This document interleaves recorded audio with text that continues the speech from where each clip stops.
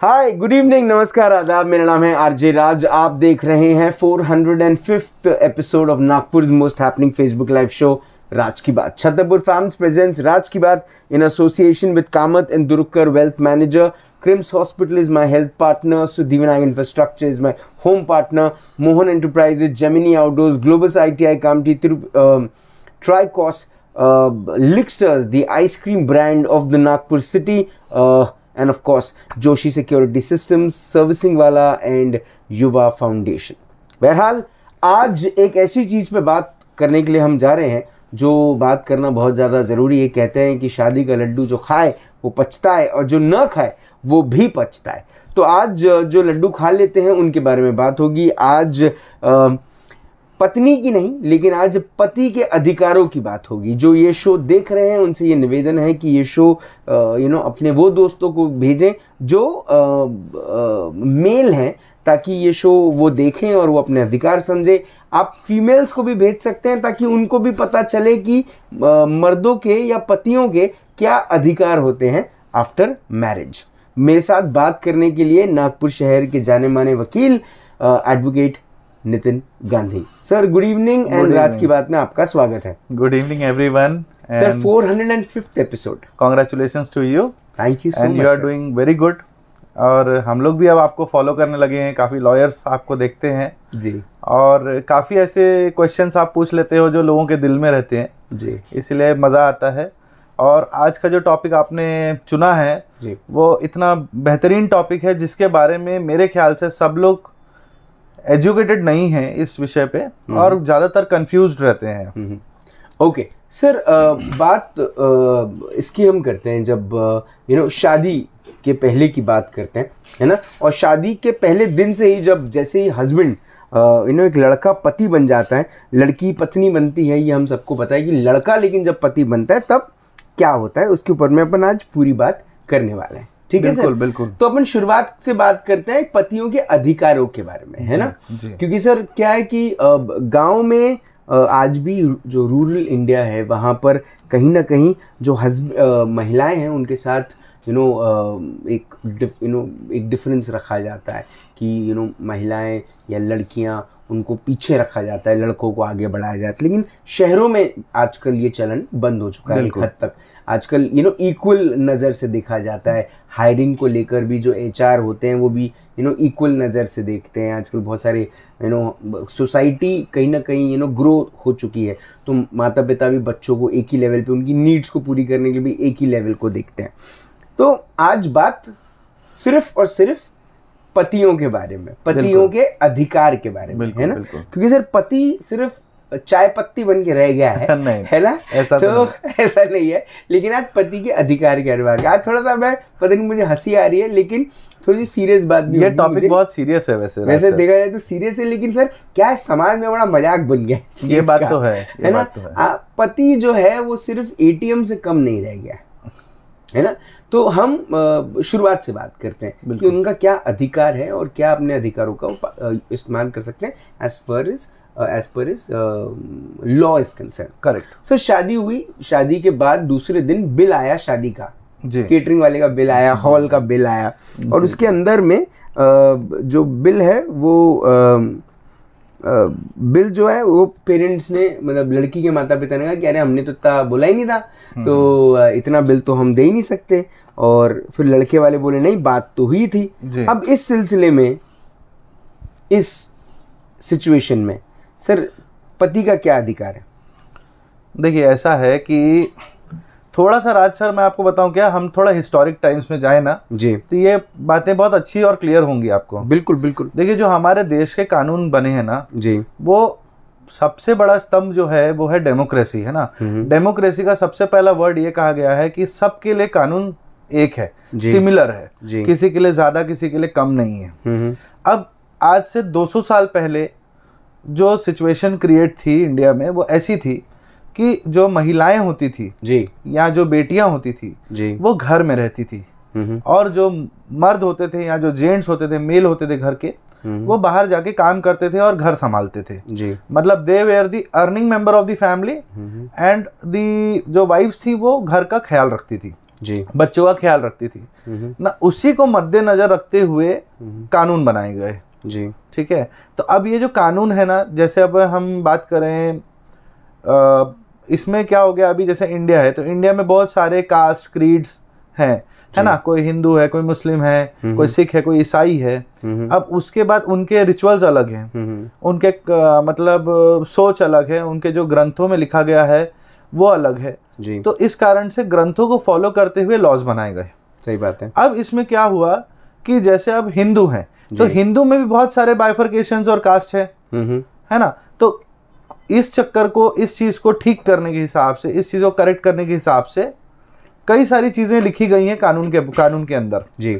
अब जब ये कानून बनाया जा रहा था ना, तो स्पेशल प्रिविलेज दिया गया था कि हमको वुमेन्स को प्रोटेक्ट करना है जी, क्योंकि पहले ऐसा था, आज से भी मैं 50 साल 60 साल पहले की बात कर रहा हूँ जी, जो महिलाएं थी उनकी आवाज दबा दी जाती थी, और जो महिलाएं थी उनको बाहर निकलने नहीं दिया जाता था, थर्ड पार्टी से मिलने नहीं दिया जाता था, किसी गवर्नमेंट एजेंसी से मदद मांगने नहीं दिया जाता था। इवन आज भी कुछ फैमिलीज में ऐसा है कि अगर कोई हमारी बहू या बेटी पुलिस स्टेशन नहीं जाने को होना जी, क्योंकि पुलिस स्टेशन अच्छी जगह नहीं है जी, वहां हमारी बेटियों की बदनामी हो सकती है ना जी। तो इस चीज को मद्देनजर रखते हुए वुमेन्स को प्रोटेक्ट करने के लिए बहुत सारे कानून बनाए गए जी। तो अब ये सिचुएशन आ गई है कि अब जो है इवन इन सिटीज, और आप जो बोल रहे थे ना राज सर की गांव के बारे में, तो अब गांव में भी ऐसा नहीं है, क्योंकि गांव की लड़कियां भी यहाँ पढ़ने आ रही शहर में, वो भी जॉब कर रही हैं, गवर्नमेंट जॉब कर रही हैं, मतलब वो भी फैमिली को इक्विवेलेंट है और फैमिली को वो लोग भी हेल्प कर रहे हैं जी।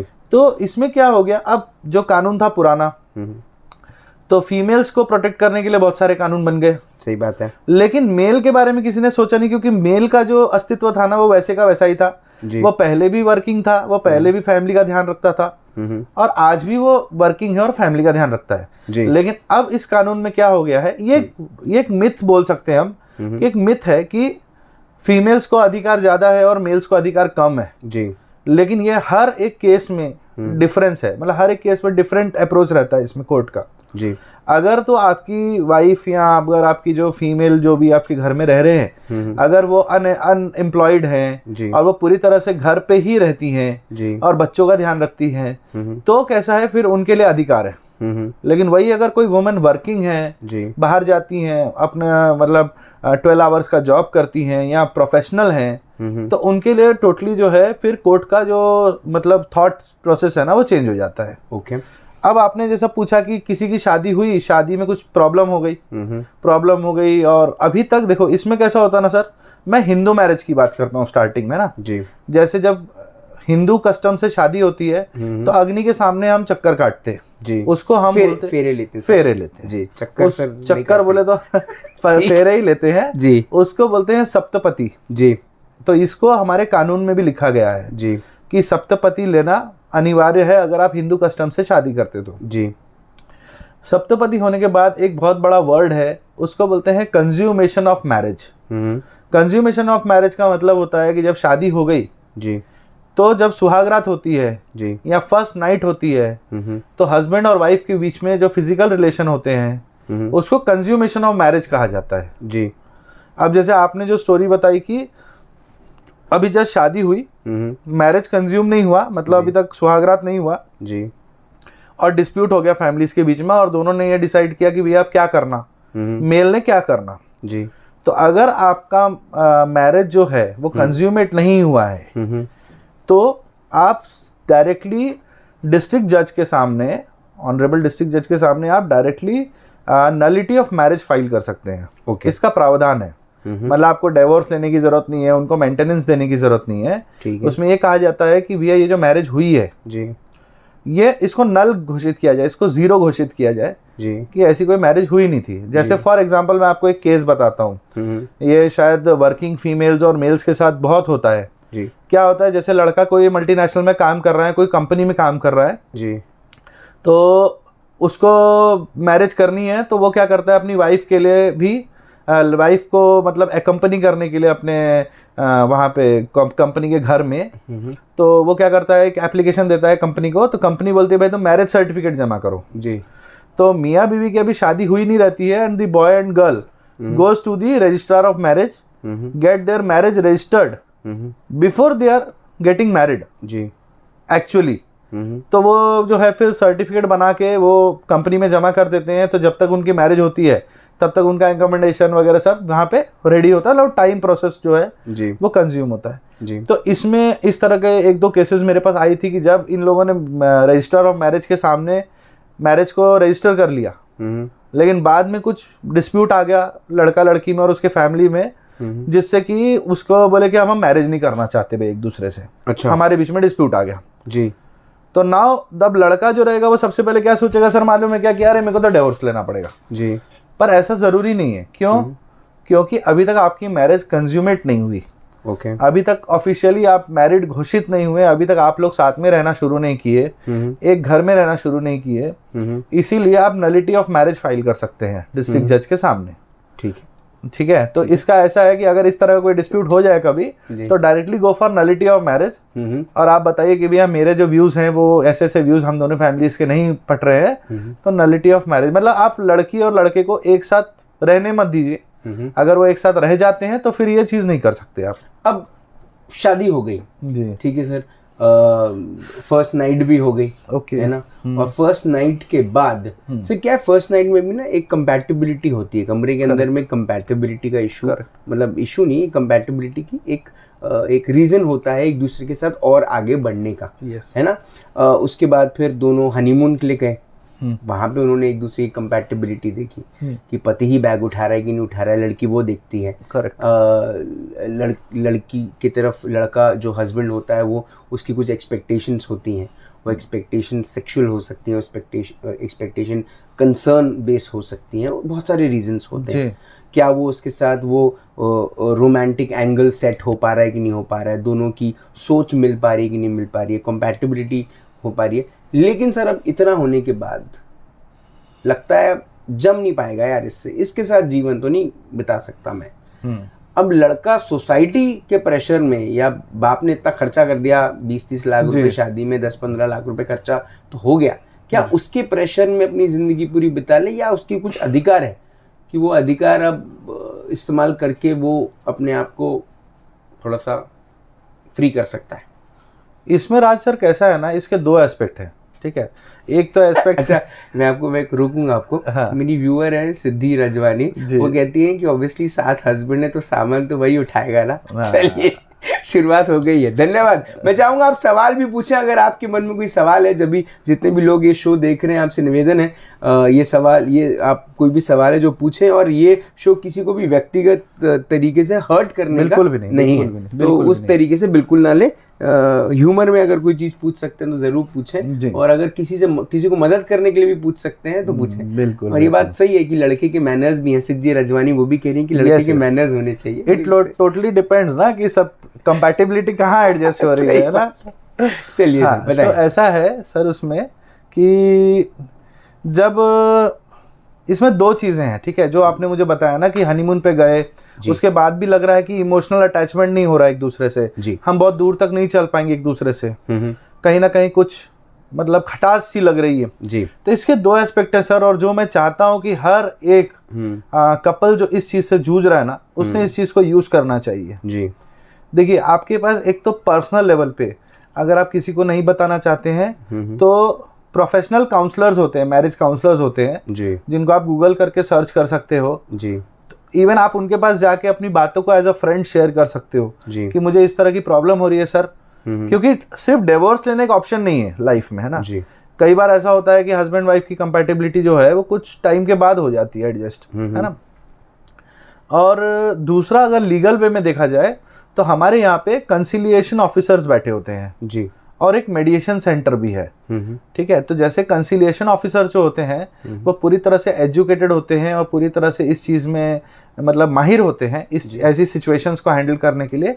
तो आप उनके पास भी एक एप्लीकेशन दे सकते हैं कि मुझे इस तरह की कोई प्रॉब्लम है और मेरी मैरिज हुई है, तो वो क्या करते हैं, उनके एक चेम्बर्स बने होते हैं, मतलब आपकी आवाज जो है वो बाहर नहीं जाती और ना ही वहाँ पे किसी लॉयर का मतलब इन्फ्लुएंस होता है, वहाँ पर्टिकुलरली आपकी बात होती है। तो पहले आपको सुना जाएगा अकेले में, फिर आपकी वाइफ को सुना जाएगा अकेले में, और उसके बाद वो लोग फिर इवेल्युएट करते हैं कि भाई गलती किधर से हो रही है जी। तो वो गलती करने वाले को समझाया जाता है और उसके बाद उनको 3 महीने का टाइम दिया जाता है या 1 महीने का टाइम दिया जाता है कि भाई अब तुम ऐसे रह के देखो, अगर नहीं रह पाते हो तो फिर हमारे पास आओ जी, and that is free of cost. उस पर आपको कोई भी पैसा नहीं देना है। मैं कोर्ट की बात कर रहा हूँ सर, मैं पर्सनल तो जो प्रोफेशनल होंगे वो अपनी फीस लेंगे, लेकिन यहाँ पे टोटली ये सब फ्री है सर। ओके जी।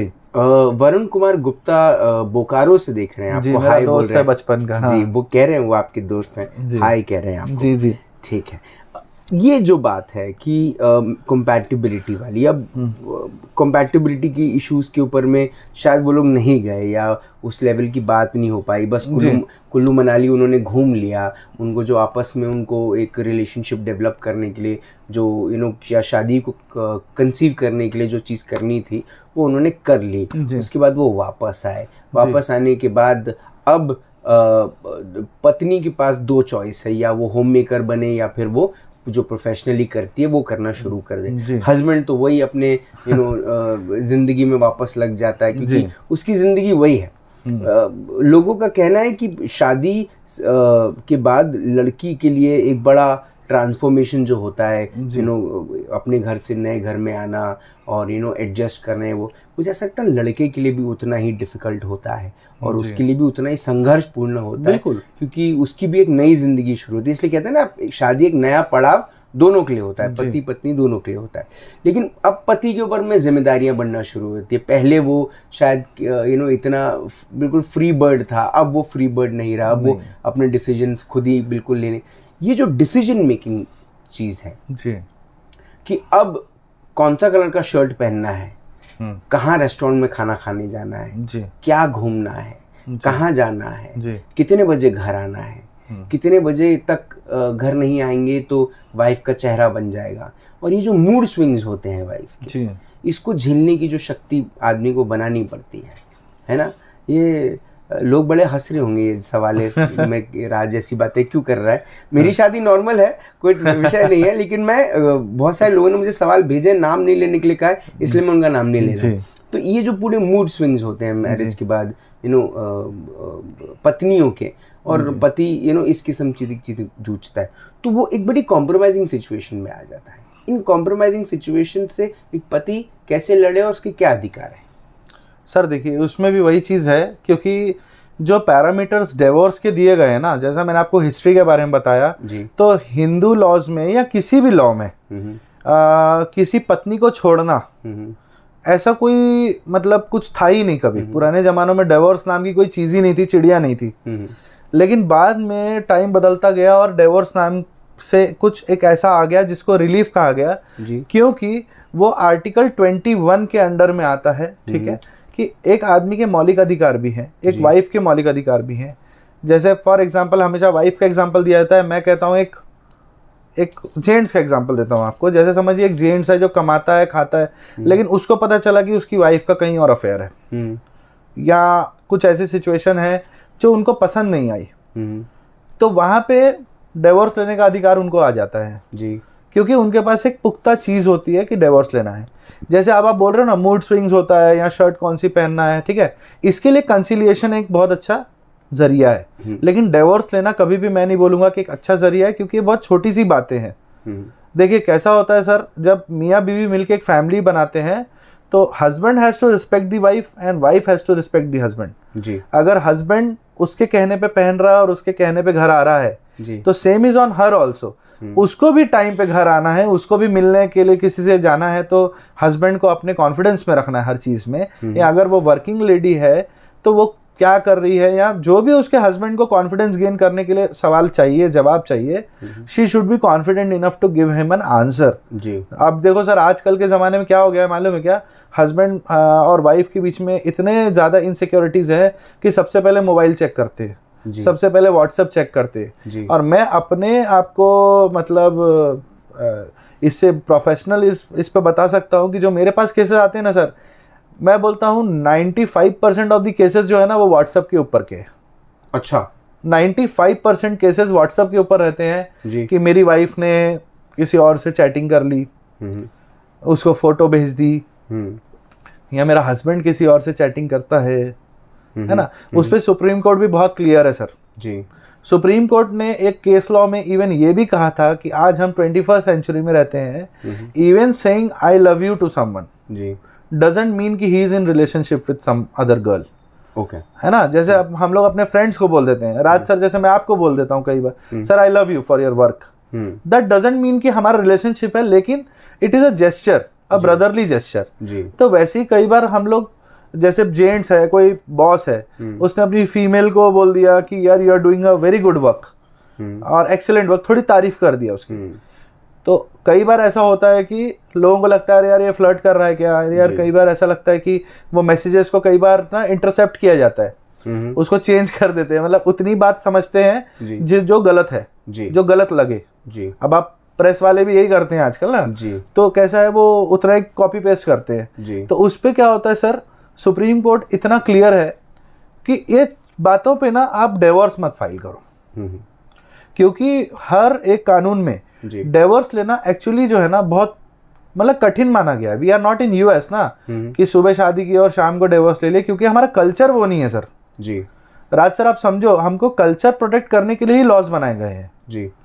और इसीलिए बोलते हैं कि जो आपने बोला ना, शादी का लड्डू जो खाए वो पछता है, ना खाए वो पछता है, तो सर वो क्या है, ये हमारे पुराने लोगों ने ये कहावत कही हुई है जेंट्स के बारे में, है ना जी। तो आज भी अगर आप बड़े बूढ़ों से पूछें या हमारे जो फादरली जो लोग हैं, मतलब फादर के एज वाले हैं 60-65 वाले, उनसे भी आज आप जाके पूछो कि हस्बैंड वाइफ हम रहते हैं भाई, ऐसी सी बात है, मैं अपनी वाइफ से सोच रहा हूँ डिवोर्स ले लूँ, तो they will come and sit and they will say कि बेटा डिवोर्स तो नहीं लेना है अपने को, अब इसका हल निकालो। ये क्यों होता है सर, क्योंकि हमारे ना कस्टम्स और ये सिखाया गया है ये जी, कि भाई आपने अपनी वाइफ को भी मतलब उतना ही हैप्पी रखना है, उतना ही सेटिस्फाइड रखना है और उसको भी उतनी इज्जत देना है। पर सर बात ऐसी है कि सर कई शादियों में देखा गया है कि हस्बैंड जो है, पति जो है वो परेशान हो गया है बीवी से, मतलब इतना इस लेवल पे परेशान हो गया है कि वो उसको समझ नहीं आता कि सर पीटूं या सर फोड़ूं। जब वो झगड़े रोज होने लगे, वो तनाव रोज होने लगे, वो झिकझिक रोज होने लगे, वो चिड़चिड़ रोज होने लगे, वो मैसेज पे भी बीवी वही टॉन्ट मार रही है, घर आओ तो वही टॉन्ट मार रही है। अब बेडरूम की बातें हॉल में हो जाती हैं, हॉल की बातें किचन में चले जाती हैं, कभी वो चम्मच फेंक के मार रही है, कभी वो लोटा फेंक के मार रही है, कभी वो गंज फेंक के मार रही है, कभी सर ऐसे भी केसेस आए जहां पर हस्बैंड पे खौलता हुआ दूध फेंक दिया बीवी ने, है ना। तो पत्नी ने कई बार हस्बैंड को गंदी तरीके से नकोड़ दिया, बेचारा कहीं 4 दिन तक मुंह दिखाने लायक नहीं रहा। अच्छा, पति की का दुर्भाग्य देखिए, या उसका ये पता नहीं किस किस्म की रवैया होता है कि पति जाकर, या मानसिकता होती है कि पति जाकर ये बात ना माता पिता को बता सकता है, ना दोस्तों को बता सकता है, ना जाकर पुलिस में रिपोर्ट करा सकता है अपने, क्योंकि उसको मालूम है कि कहीं ना कहीं जो हमारा समाज है, हमारी जो सोसाइटी है, वो थोड़ी सी उनका जो झुकाव होता है, या उनकी जो मन में जो चीजें होती हैं, है ना, जो मन में जो चीजें होती हैं कि नहीं फीमेल ओरिएंटेड है या फीमेल गलत नहीं हो सकती, इसी ने कुछ गड़बड़ किया होगा, ये इसी ने जो गड़बड़ किया होगा, इसके ऊपर भी तो बहुत बड़ा संदेह है ना सर। इसमें मैं अपने भाइयों को एक चीज़ बोलना चाहूँगा, मैं अपने पर्सनल लेवल पे और अपने एक्सपीरियंस से इस बात को बोल रहा हूँ। जनरली जब ये छोटे छोटे मनमुटाव होते हैं ना, तो हमारे जो भाई, मेनली जो मेल देख रहे हैं इस चीज़ को या समझ रहे हैं सर, वो लोग क्या करते हैं मालूम है, वो अल्कोहल की तरफ चले जाते हैं जी, है ना जी। They try to become alcoholic, मतलब इतना दारू पी के आ जाते घर पे कि भाई मुझे नींद आ जाए जी। इवन मैं आपको पर्सनल लेवल पे, मेरे कई ऐसे दोस्त भी हैं जी, जो घर से परेशान हैं और उसके बाद वो इतनी दारू पी लेते हैं और इतने देर तक बाहर रहते हैं कि भाई मेरी बीवी सो गई होंगी तो मैं घर के अंदर घुसूं जी, और मैं चुपचाप से सो जाऊं और रात काट लूं और सुबह फिर निकल जाऊं। मैं उन सबको बोलना चाहता हूं एक बात, आप मेरी बात को एक बार ट्राई करके देखिए। आप अल्कोहल की तरफ जो जा रहे हो ना, वो क्यों जा रहे हो मालूम है, क्योंकि वो चीज जो है ना वो आपने दिल पे ले ली है जी, और आपको ऐसा लगता है कि उसका कोई सॉल्यूशन नहीं है जी। तो सबसे पहली चीज ये है कि अपने अंदर के ग्रचेस को मार के ना, इस चीज को अपने फ्रेंड से डिस्कस करना शुरू कीजिए, कोई लॉयर से डिस्कस करना शुरू कीजिए, कोई आपके मतलब जैसे मैरिज काउंसलर्स होते हैं उनसे डिस्कस करना शुरू कीजिए, rather than going for alcohol. ठीक है, क्योंकि प्रॉब्लम क्या होती है राज सर मालूम है, जब दारू पीने लगते हैं ना तो दारू रोज हो जाती है रोज हो जाती है ना, फिर मारपीट जब होती है तो पत्नी जो होती है वो उसका फायदा उठा लेती है। वो बोलती है मेरा पति तो अल्कोहलिक है, औरत दारू पी के आता। 100% केसेस में बता रहा हूं मैं। तो फिर से पति के अधिकारों का हनन हो जाता है। नहीं, पति तो नुकसान में ही है ना, क्योंकि उसने गलती कर ली। उसने इनिशियल लेवल पे गलती कर ली। उसको उस समय जाना चाहिए मैरिज काउंसलर के पास, उस समय उसको जाना चाहिए एक लॉयर के पास, उसको जाना चाहिए एटलीस्ट किसी समझदार दोस्त के पास जिसको इस चीज का नॉलेज है। देखो इसमें क्या होता है सर, दो तरह के दोस्त हैं। एक दोस्त होते हैं जो समझदार होते हैं और थोड़े डेयरिंग वाले होते हैं। दूसरे जो होते हैं, अरे तेरी बीवी को तो 5 लाख देना पड़ेगा, 10 लाख देना पड़ेगा, इसलिए चुपचाप झेलता जा। And they give wrong advices to them. अरे तू भी उसको मार, अरे तू उसको घर से निकाल दे, अरे तू उसको मायके भेज दे। वाई? जब अगर आपको ऐसा लगता है कि किसी सिचुएशन में आप गलत नहीं हो, तो जिस तरह महिलाएं अपने अधिकार के लिए जाती हैं उस तरह आप भी जा सकते हैं जी। अगर आपके साथ कोई फिजिकल वायलेंस हो रहा है, जो आपकी वाइफ आपके साथ कर रही है, बेझिझक होके आप पुलिस स्टेशन जाइए और अपनी कंप्लेंट लिखवाइए। और इसमें मैं आपको एक चीज और बता देता हूं, अगर आप चाहते हैं कि आपकी वाइफ से डिवोर्स ना हो और मैटर सेटल हो जाए जी, है ना, ये ऐसा एक मैटर मेरे पास था भी, तो आप महिला सेल जो है ना, महिला यहाँ पे जो भरोसा सेल महिला सेल बोलते हैं जी, वो सिर्फ महिलाओं के लिए नहीं है, वो मर्दों के लिए भी है। तो वहां पे एक मेल आदमी भी जाके अपनी कंप्लेन लिखवा सकता है और वहां पे उसकी वाइफ को कॉल किया जाएगा, उसकी वाइफ का स्टेटमेंट लिया जाएगा and you will be protected till the day कि जब तक आपको प्रोटेक्शन मतलब चाहिए, या आपको लगता है कि रोजमर्रा मेरे साथ फिजिकल वायलेंस हो रहा है, तो शी विल बी टोल्ड कि आप मायके में रहिए या आप कहीं और रहिए, या आपको कहा जाएगा कि आप कहीं और रहिए, जैसे भी करके। लेकिन वहाँ पे जो अपना भरोसा सेल होता है, वहाँ पे मैरिज को ठीक करने की कोशिश की जाती है। मतलब वहाँ भी उनका डिवोर्स करने का मकसद नहीं रहता है कि डिवोर्स हो जाए जी। अब वहाँ पे मर्दों को क्या लगता है कि यार यहाँ तो लेडी कांस्टेबल्स हैं, यहाँ पे लेडीज हैं, तो फेवर लेडीज को है जी। तो ऐसा कुछ है नहीं सर, है ना। अब अगर आप अल्कोहलिक हो जाओगे, अल्कोहलिक होके आपने कभी वायलेंस किया अपनी वाइफ के साथ जी, या आपने ऐसा कोई कुछ मिसबिहेव करा है कभी पब्लिक में, उसके बारे में। अच्छा मुझे बताइए, अगर वो लिकर कंज्यूम करके घर आया और उसने पत्नी को नहीं पीटा लेकिन पत्नी ने पति को पीट दिया, है ना, मैं वो डोमेस्टिक वायलेंस समझ गया। अगर पत्नी ने पति को पीट दिया तो पति बेचारा या मार, दो ही उसके पास ऑप्शन है, या वो मार खा के सो जाए या सोसाइटी को न बताने के डर से अपने आप को भी खत्म कर सकता है। बिल्कुल कर सकता है वो। तो क्या इस केस में क्या पत्नी के ऊपर में वो चार्ज बैठता है, पत्नी को क्या सजा होती है? सर देखिए, आप एफआईआर कभी भी डाल सकते हैं। तो मरने के बाद क्या एफआईआर? नहीं, मरने के बाद भी एफआईआर होती है ना राजा। कैसा है सर, इसमें जैसे आदमी मर गया तो भी उसका कॉज ऑफ डेथ या इंस्टिगेटिंग हिम टू डेथ, समझ रहे हो, जैसे कि उसकी वाइफ ने बोला जा तू मर जा जी, तो 304 का वो भी बन गया, मतलब आरोपी, मतलब उसकी वाइफ जो है, क्योंकि उसने इंस्टिगेट किया उसको डेथ के लिए। पर वो एफआईआर वो जो मर गया वो तो फाइल नहीं करेगा जी, या तो उसके रिलेटिव्स या वहाँ ऑन लुकर्स जो होंगे वो फाइल करेंगे अगर वो बताएंगे तो ऐसा हुआ। दूसरी चीज ये है कि एक एफआईआर को प्रूफ करने के लिए जो सबसे बुरी चीज है, आप जहाँ केस हारते हो, वो है अल्कोहल। अगर आप अल्कोहलिक स्टेट में हो तो you are not competent and fit to give an FIR, ठीक है। ये बात को आप समझो। अगर आपने अल्कोहल पिया हुआ है और you are in intoxicated state, ये बात मालूम है, मैंने आपको फर्स्ट वाले में बताया था, एफआईआर वाले में जी। अगर आप एफआईआर फाइल करने जाओगे and you are under intoxication तो आपकी एफआईआर नहीं ली जाएगी। तो इट इज बेटर कि आप अल्कोहल को बहुत ही लीनियंट तौर पे कंज्यूम करें, जिससे कि आप अपने होशो हवास में रहें और उसको अपने मजे के लिए पिए। ठीक है, तो ये पति को आपने समझा दिया कि उसको अल्कोहल नहीं पीना चाहिए, वो एक नुकसान है। हाँ, स्पेशली इस वाद विवाद के वक्त पर जी। हाँ, अब बात आती है मेंटल वायलेंस की। करेक्ट, जो बात है तुरंत में हस्बैंड को किसी और मर्द से कंपेयर कर देना, उसकी सक्सेस से कंपेयर कर देना कि अरे मेरा पति तो है निठल्ला है, कुछ करता नहीं, बस वही चीजें लाके देता है जो मैं बोलती हूँ, मतलब वो मेरी इच्छाएं पूरी ताना देना, टॉन्टिंग जिसको बोलते हैं, day and night taunting which is haunting the husband. तो क्या ये टॉन्टिंग जो चलती है, क्या इसके ऊपर में भी कुछ अधिकार है पति के? सर देखिए, टॉन्टिंग दो चीज़ों पे डिपेंड करते हैं। एक तो सही में पति अगर मतलब इस तरह का नेचर है तो, और दूसरा होता है कि उसका ईगो हर्ट करने के लिए करते हैं कि उसका मूड खराब हो जाए, उसने मेरे को खुश नहीं रखा तो मैं भी उसको खुश नहीं रखूंगी, इस तरह की बात होती है। इसको बदला लेना भी बोल सकते हैं, बदला लेना कह सकते हैं या जैसा आप बोले।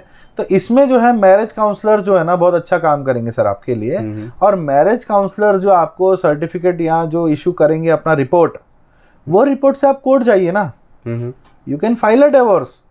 एक मर्द जो है ना सर, वो सिर्फ एलिमनी और मेंटेनेंस के डर से ये सब नहीं करता है, क्योंकि उसको पूरा दुनिया यही बोलती है कि तू अगर ये करेगा ना तो वो तेरे से 15 लाख मांगेगी, वो तेरे से 20 लाख मांगेगी। ऐसा नहीं है, ऐसा नहीं है, ऐसा कोई वो नहीं है सर कि मतलब कोई मैथमेटिक्स नहीं है कि ऐसा ऐसा करेंगे तो एक फॉर्मूला है, ऐसा कुछ नहीं है।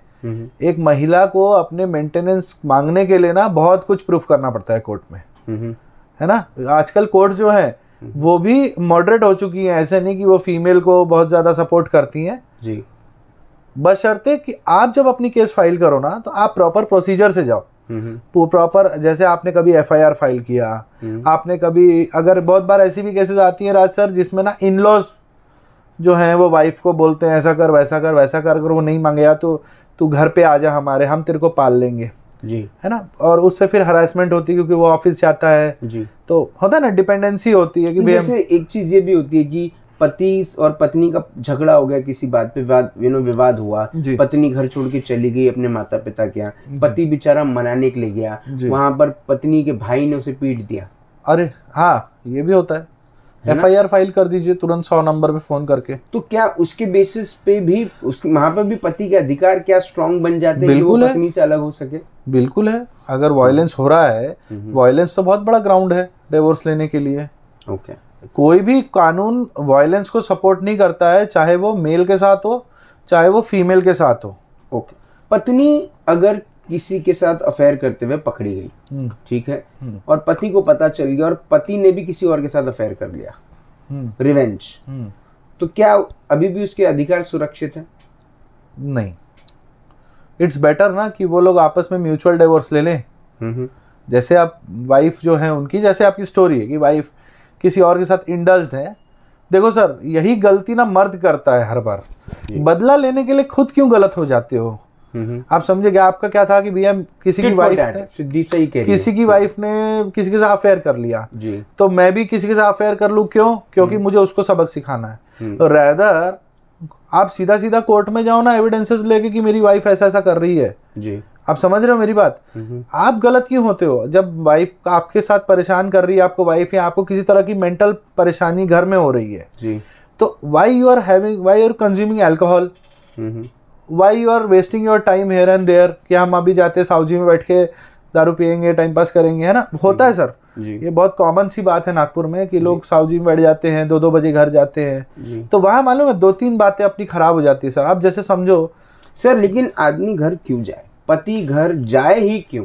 तो आप सीधा वो करो ना, आप सीधा इंसाफ मांगो ना, आप सीधा मैरिज काउंसलर के पास जाओ, आप सीधा एप्लीकेशंस फाइल करो, जुडिशियल सेपरेशन लो। अगर वाइफ आपके घर में रहती है और आपको लग रहा है कि मेरे घर में रह के ये मेरे साथ परेशान करती है मेरे को, आप एविडेंसेस कलेक्ट करो, प्रॉपर अपनी केस बनाओ, जुडिशियल सेपरेशन फाइल करो। जुडिशियल सेपरेशन फाइल करो, अपनी वाइफ को नोटिस दो कोर्ट से, वो कोर्ट में आएगी, उसको अपना जो भी स्टेटमेंट देना है, लॉयर करना है, जो भी अब प्रोसीजर चलेगी, उसमें कोर्ट आपको जुडिशियल सेपरेशन का ऑर्डर दे देगा, अगर आपके पास एविडेंस है तो। क्या लॉ जिस तरह से देखता है हस्बैंड्स को, क्या वो इक्वल है?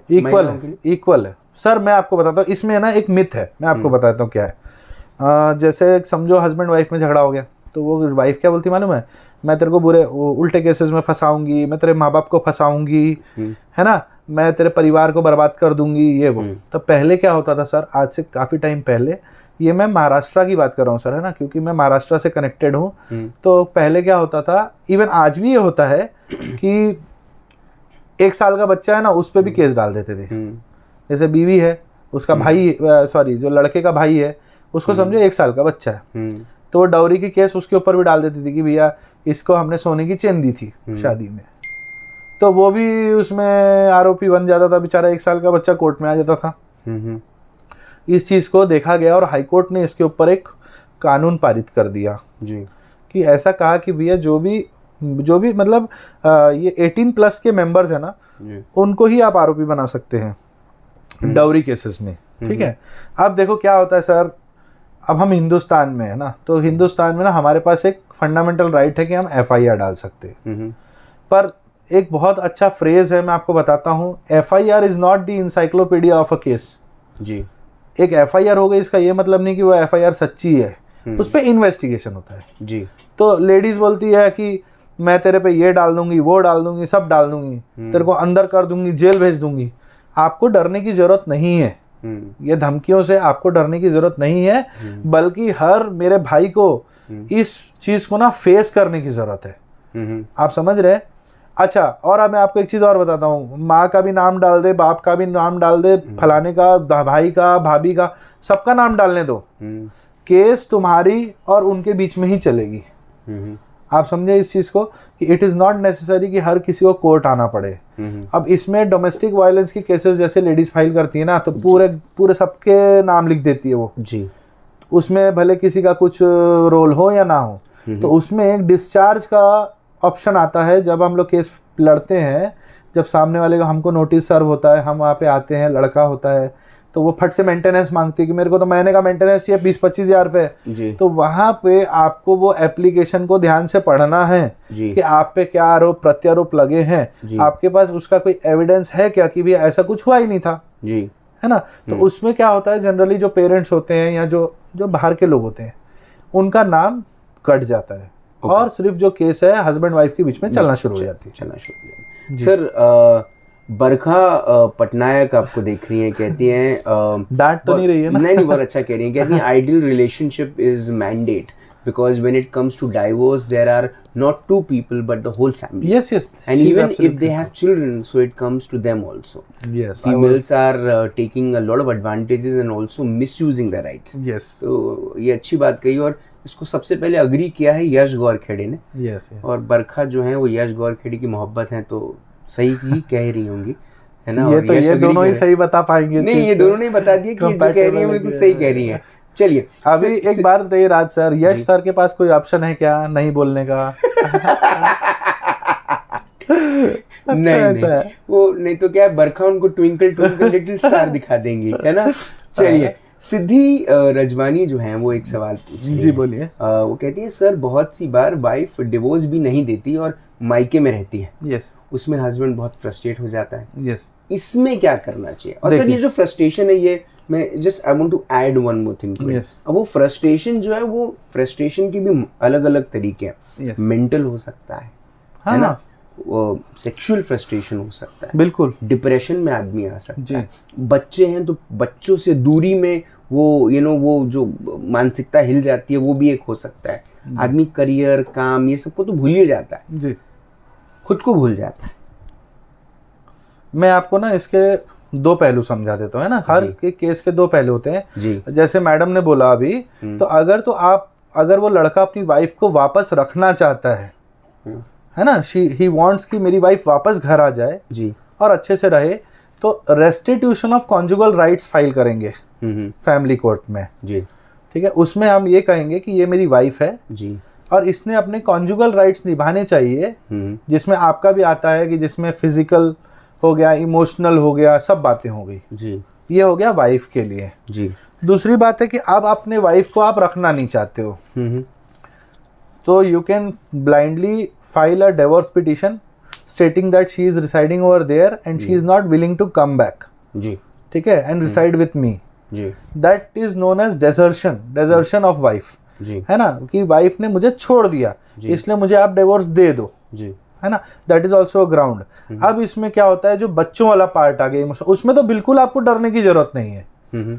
लोग जो बोलते हैं ना कि हमने बच्चों का ये है वो है, मतलब उसको हमने ऐसा करने वालों को तो भगवान माफ करे जो इसको यूज करते हैं, लेकिन इससे आप लोगों को बिल्कुल, खासकर मेल्स को डरने की जरूरत नहीं है, क्योंकि फीमेल्स जनरली बच्चों को ले जाती हैं और बच्चों का ख्याल रखती है ना, मदरली उनका ज्यादा थोड़ा अफेक्शन होता है जी। उसमें आप एक एप्लीकेशन फाइल कर सकते हैं चाइल्ड कस्टडी के लिए फैमिली कोर्ट में तुरंत जी।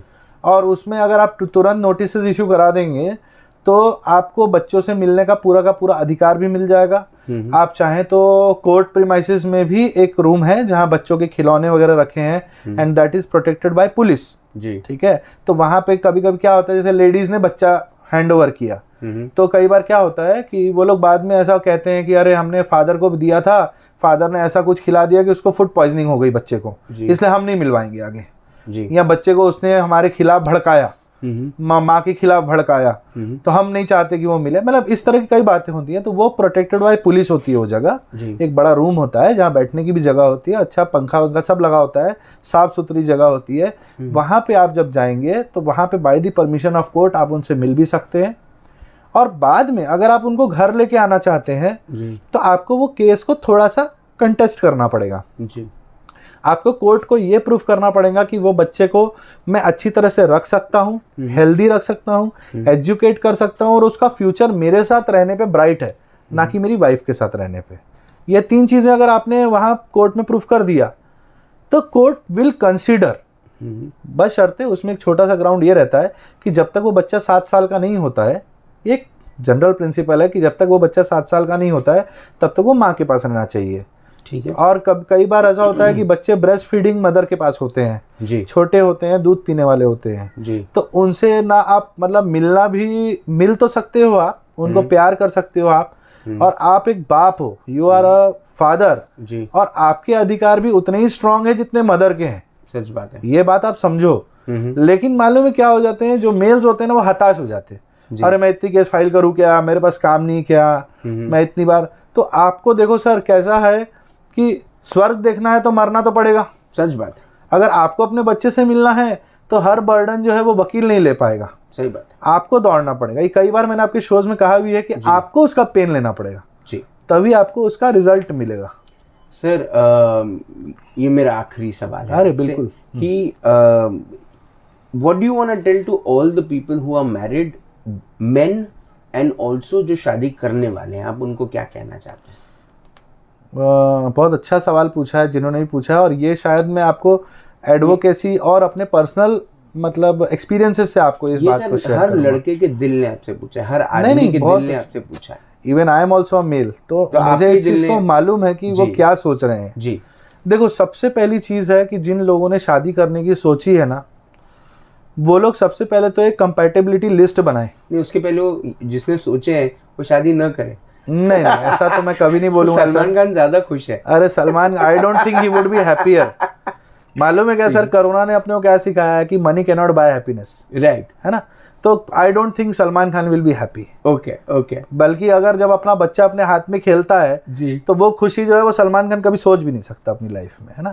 ठीक। तो ऐसा है कि मेरा ये कहना है कि सर एक कंपैटिबिलिटी लिस्ट होती है जी, जो हर बंदे ने बनानी चाहिए। जैसे समझिए कुछ लड़के होते हैं ना जिनको पार्टी करने का शौक होता है, जिनको होता है सिगरेट पीते हैं, दारू पीते हैं, मतलब अल्कोहलिक नहीं है वो, लेकिन वो पार्टीज में जाना एंजॉय करते हैं, उनका ग्रुप वैसा है, थोड़े से मॉडर्न है ना। तो जब वो अपने पार्टनर को चुने जी, इस चीज को ना क्लियरली शेयर करें उनके साथ। आप समझ रहे हो, शादी होने से पहले जी, कि भाई मुझे ये भी करने का शौक है, मेरे दोस्त ऐसा भी है वैसे भी है ना। कुछ लोग होते हैं जिनको भाई साधारण लाइफ चाहिए, अच्छी लाइफ चाहिए, डिसिप्लिन लाइफ चाहिए। तो उन्होंने उस चीज को, सर आप हंसते जा रहे हो, मेरे को समझ भी नहीं आ रहा है क्या हो रहा है। सर मैं कमेंट देख के सुना जी। तो ऐसा हो जाता है सर वो कि वो कंपैटिबिलिटी लिस्ट होती है। अब दूसरी चीज है कि जिनकी शादी हो गई जी, आज के ज़माने में राज सर ऐसा मुझे नहीं लगता होता होगा कि पेरेंट्स शादी कराते हैं और मियाँ मतलब होने वाले हस्बैंड और वाइफ आपस में मिलते नहीं है या बात नहीं करते, ऐसा पॉसिबल ही नहीं है अभी जी। आज व्हाट्सएप के ज़माने में आज तो क्या, अगर नाम पता चल जाए तो फेसबुक पे पूरा और इंस्टाग्राम पे लोग चेक कर लेते हैं कौन कौन क्या क्या है। सही बात है। तो कंपैटिबिलिटी लिस्ट होना बहुत ज़रूरी है। दूसरा, अगर आपकी मैरिज हो गई है तो आप प्लीज़ अपने मैरिज को प्रोटेक्ट कीजिए, लेकिन अपने सेल्फ रिस्पेक्ट को मत गिराइए। आप खुशी में अल्कोहल पियो जी, लेकिन गम में अल्कोहल नहीं पीना है। और जिस दिन आपको ये लगे कि मैं बेफालतू रात को 10 बजे से 12 बजे घूम रहा हूँ रोड पे लेकिन मैं घर नहीं जा रहा हूँ, समझ लेना you are going in the wrong direction. और आपको एक अच्छे दोस्त की जरूरत है, अच्छे सलाहकार की जरूरत है। आप अपनी वाइफ को खुश रखिए। वो बोलते हैं ना सर, घर में बर्तन होते हैं तो बजते हैं, है ना। आप अगर अनमैरिड भी रहोगे तो आपके भाई से कभी ना कभी झगड़े होते हैं, कभी माँ से हो जाते हैं, कभी फादर से हो जाते हैं।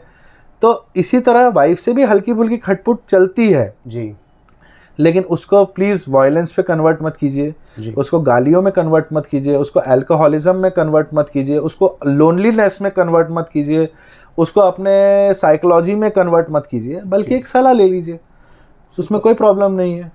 सर वीना चोइत्रमानी पूछती हैं कि sir when are you planning a session for पत्नी के अधिकार?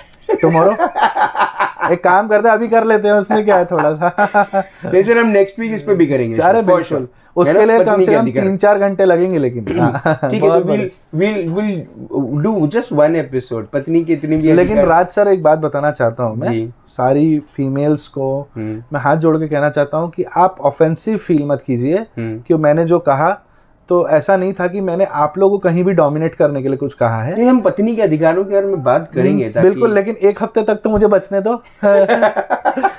तो ऐसा है कि मैंने जो कहा है वो सब्जेक्ट के ऊपर कहा है और लीगली कहा है। बिल्कुल सही। और आपके भी अधिकार है और आपकी भी उतनी रिस्पेक्ट और इज्जत है हमारे मन में, ऐसा कुछ भी नहीं है। सर आपने अपना वक्त दिया, आपने हमको फिर एक लॉ लेसन दिया और पति के अधिकार, पत्नी के अधिकारों के बारे में हम अगले हफ्ते बात करेंगे आपसे। सर एक लास्ट बात बोलना था मुझे जो मेरे दिल में था और आपने पूछा नहीं। जी, जनरली लोग बोलते हैं ना कि अरे वो जाएगी तो मेंटेनेंस मांगेगी, है ना। तो मैं आप लोगों को ये बताना चाहता हूँ कि सेक्शन 24 हिंदू मैरिज एक्ट 1955 में एक पति भी मेंटेनेंस मांग सकता है। अरे वाह, ये टॉपिक मैं सोचा आपसे शेयर कर दूं कि इनको लगे कि अरे वाह मेरे भी अधिकार हैं। समझ लीजिए एक मेल मेंबर है जो कमाता नहीं है और फीमेल मेंबर जो है वो कमाती है। कई बार ऐसा अपोजिट होता है कि फीमेल्स कमाती हैं, मेल्स कम कमाते हैं, नहीं कमा पाते हैं। तो अगर मेल अपना खर्चा नहीं उठा पाते हैं तो वो फीमेल से अंडर सेक्शन 24 अपना मेंटेनेंस भी मांग सकते हैं और अंडर सेक्शन 24 में जितना भी उनका लीगल खर्चा हुआ है उनके पीछे वो भी मांग सकते हैं। तो इसीलिए आप ये मत सोचिए कि मेंटेनेंस का अधिकार जो है सिर्फ औरतों का है। चलिए, बहुत अच्छी बात है। आपने इस बात को लेके हमको बहुत, मुझे ऐसा लगता है बहुत अच्छा ब्रीफ मिला आज पति के अधिकारों के बारे में। पत्नी के अधिकारों के बारे में अगले हफ्ते हम बात करेंगे। तब तक आप अपना ध्यान रखें और आप भी एक पति हैं तो आपसे भी निवेदन है कि आप अपना स्पेशल रूप से ध्यान रखें। बिल्कुल। और अगले हफ्ते फिर आपसे मिलेंगे, उसके लिए धन्यवाद। बिल्कुल सर। आज राज की बात में एक बड़ी अच्छी बात हुई, हस्बैंड को लेकर, पति के अधिकारों को लेकर एक बहुत अच्छी बात हुई और बहुत सारे लोगों के सवालों के जवाब भी दिए गए। अगर आपके पास भी कोई सवाल है, जिन्होंने शो लेट देखा है, तो कोई बात नहीं, आप सवाल लिख के भेज सकते हैं। और अब राज की बात। पहले हस्बैंड के लिए आपके अधिकार हैं, आपके बिल्कुल अधिकार हैं। आप उन अधिकारों का इस्तेमाल करके अपनी शादी को बचाने की भी कोशिश कर सकते हैं। उन अधिकारों का इस्तेमाल करके आप डिवोर्स भी ले सकते हैं। लेकिन एक बात मैं आपसे कहना चाहता हूँ, जो ईविल पत्नियां हैं, जो पतियों को टॉन्ट मारती हैं, जो पत्नियां अपने हस्बैंड को बार बार नखूनों से स्क्रैच करती हैं, हाथ उठाती हैं, बर्तन फेंक के मारती हैं, उनको मेंटल वायलेंस करती हैं, डोमिनेट करती हैं, कंपेयर करती हैं किसी और के साथ, कृपया वो न करें। और हस्बैंड, अगर आपको ये कोई भी चीज़ आपके साथ हो रही है तो अपने जीवन को अंत ना करें। अपने अधिकारों का इस्तेमाल करें, पुलिस का हेल्प लें, एडवोकेट का हेल्प लें, लॉ का हेल्प लें और उस शादी से निजात पाएं। अपने आप को ख़राब ना करें लिकर पी के, कोई किस्म की गंदगी करके या किसी और महिला के पास जाके गंदगी ना करें। अब सभी हस्बैंड से मैं एक बात कहना चाहता हूँ। सर ऐसा है कि जो लड़की आपके घर में विवाह करके शादी करके आती है ना, वो जिस घर से आती है उस घर में ना उसको सब सर पे बैठा के रखते हैं। इसलिए लड़कियों को परी, राजकुमारी ये सब कहा जाता है। अब वो परी और राजकुमारी जब आपके घर पर आती है, आप कुछ दिन उसके साथ एक अच्छा बर्ताव करते हैं, उसके बाद आप उसको अपने जूते रखने के लिए कहते हैं, उसके बाद आप उसको खाना बनाने वाली बाई बना देते हैं, आप उसको साफ़ सफाई वाली महिला बना देते हैं, आप उसको बच्चे पालने वाली बना देते हैं। आप उसके सपने, उसकी खुशियाँ, उसकी इच्छाएं सबको मार देते हैं। शुरुआत वहीं से होती है। मुझे ऐसा लगता है इंसान गलतियों का पुतला है, गलती कोई भी कर सकता है, लेकिन गलती होने के बाद, उसे समझने के बाद उसे ठीक भी किया जा सकता है। एक लड़की के लिए माता पिता जीवन भर चिंतित रहते हैं और उसके लिए बहुत सारे सपने देखते हैं, लेकिन एक शादी होने के बाद उसका पति उसके लिए सपना क्यों नहीं देखता? एक हस्बैंड अपनी वाइफ को आगे बढ़ाने के लिए, उसके करियर में आगे बढ़ाने के लिए, उसको एक अच्छा फ्यूचर देने के लिए सिर्फ खुद ही सब कुछ क्यों करने की सोचता है? उसे अपने पैरों पे क्यों नहीं खड़ा करता? कई सारे घरों में शायद इसीलिए एक बहुत बड़ा एक वैक्यूम क्रिएट होता है, वो नेगेटिविटी का वैक्यूम है। जब पति सब कुछ करने की कोशिश करते हैं और जब असफल होता है तो उसके लिए वो घर में बैठी महिला को जिम्मेदार करते हैं। नहीं, गलत है। आप अपनी पत्नी को भी शिक्षित कीजिए, आप अपनी पत्नी को प्रोफेशनली कुछ काम कराइए, उन्हें सिखाइए, उन्हें आगे बढ़ाइए। ये नहीं कि उनकी कमाई पे जीना है, ये इसीलिए कि उनको कमाई करने में सक्षम बनाना है, उनको खुद को सेल्फ डिपेंडेंट बनाना है कि आगे जाकर वो भी कभी ना कभी, जब आप रहें या न रहें, वो अपने लिए खुद बहुत सारी चीज़ें कर पाए। Husbands have their rights, but I think more than their rights, they should understand that what is wrong. If you understand what is wrong, I am sure everything will be right. कल शाम को 5 बजे हम green doctor से मिलेंगे। तब तक अपना ध्यान रखें, सुरक्षित रहें, स्वच्छ रहें, स्वस्थ रहें, मस्त रहें, खुश रहें। अपनी शादी को जिंदा रखने के लिए पूरी ताकत लगा दें और जिंदा रहें। जय हिंद।